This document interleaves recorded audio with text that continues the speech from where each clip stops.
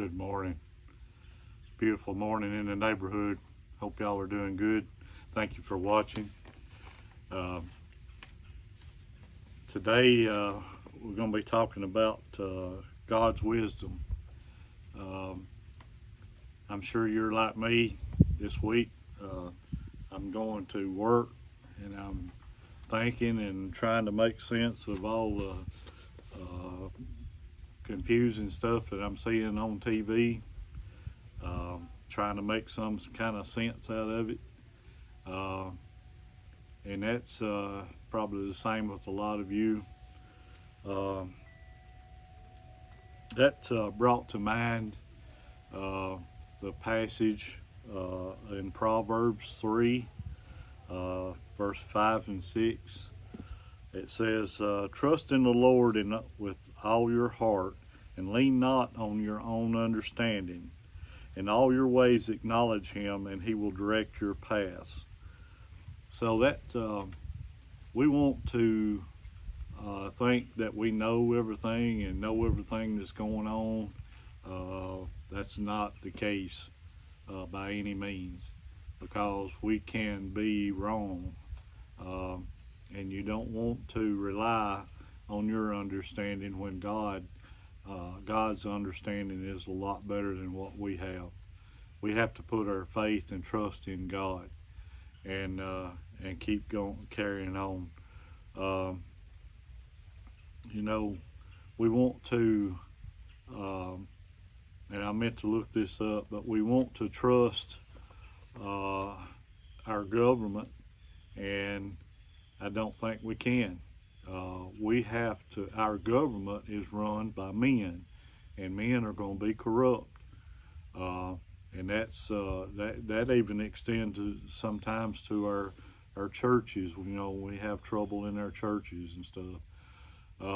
Man is sinful by nature, and you know, that's been proven by Adam. You know, when Adam and Eve, they are the ones that didn't listen to what God told them. And so somewhere down the line, and like I said, I meant to look this up as to when this happened, but if you know, we have the term "in God we trust," and that's on our money, and in God we trust, and we have to do that, because you can't trust in man. Man is going to let you down, I guarantee it.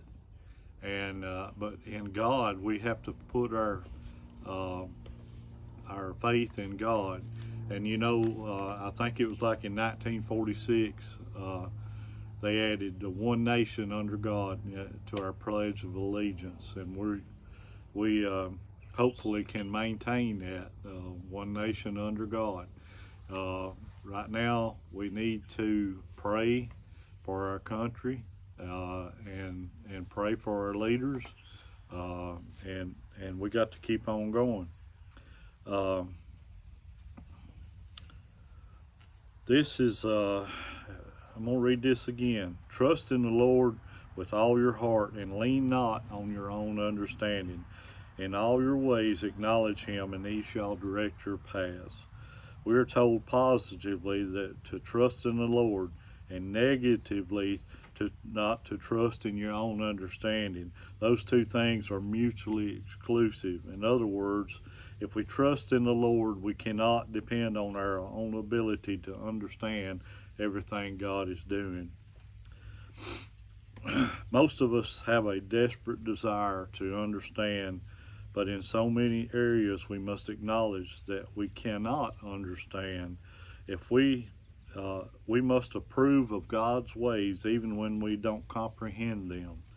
And Isaiah 55:8-9 tells us why we often don't understand what God is doing. For my thoughts are not your thoughts, neither are your ways my ways, declares the Lord. For as the heavens are higher than the earth, so are my ways higher than your ways, and my thoughts than your thoughts. God sees the whole picture here, and we only see a tiny corner of it.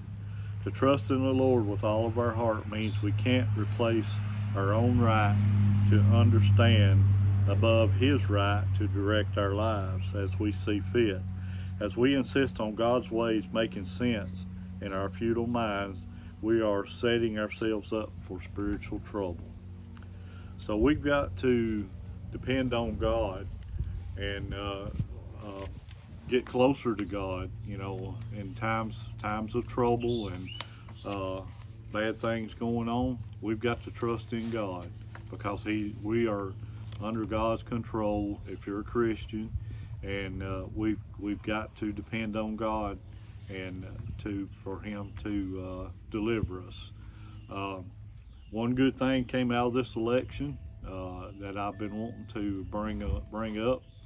My father-in-law, Harold Patrick, won re-election as alderman of Woodbury. When Harold finishes this term, that will give him 50 years of public service. Harold has always been an advocate for the people. He's always tried to do good. He's been a commissioner. He's been the county executive. He's been the mayor. He's now an alderman, and he's always had the good of the people at heart. I'm proud to say that he's my father-in-law. He's a good man, and you know that brings me to the fact that I hope that whenever my time is up, that somebody can say that about me, and especially I hope God can. I hope God can say that about all of us, that He can say, "Well done, good and faithful servant." That's the words that we all want to hear, and that's what we need to try to strive to maintain and do good. Be the best Christian that you can possibly be. And well, that's the end of my lesson for today. It's a beautiful day, like I said. Get out and enjoy some of these fall colors. They're mighty pretty. Thank you very much for watching. God bless and have a good week.